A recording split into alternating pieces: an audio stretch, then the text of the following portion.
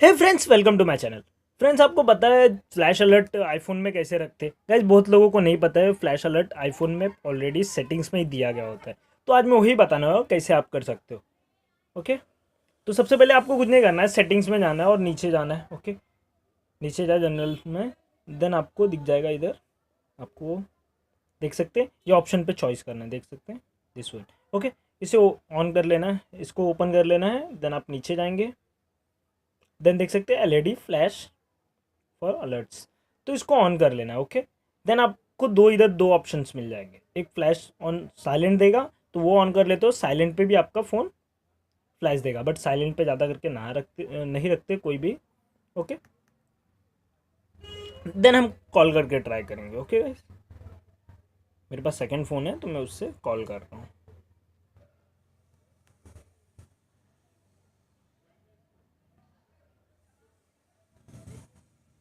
देख सकते हैं फ्लैश चालू हो गया गाइस। अभी जो कॉल आ रहा है उसमें मेरा फ्लैश ऑन है।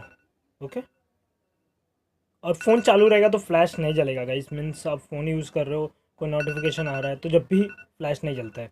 ओके, आपका फ़ोन जब बंद रहेगा पूरी तरह से, जब भी फ्लैश जलेगा। ओके गाइस, आपको ये वीडियो अच्छी लगी तो लाइक करें, सब्सक्राइब करें और कमेंट करना ना भूलें।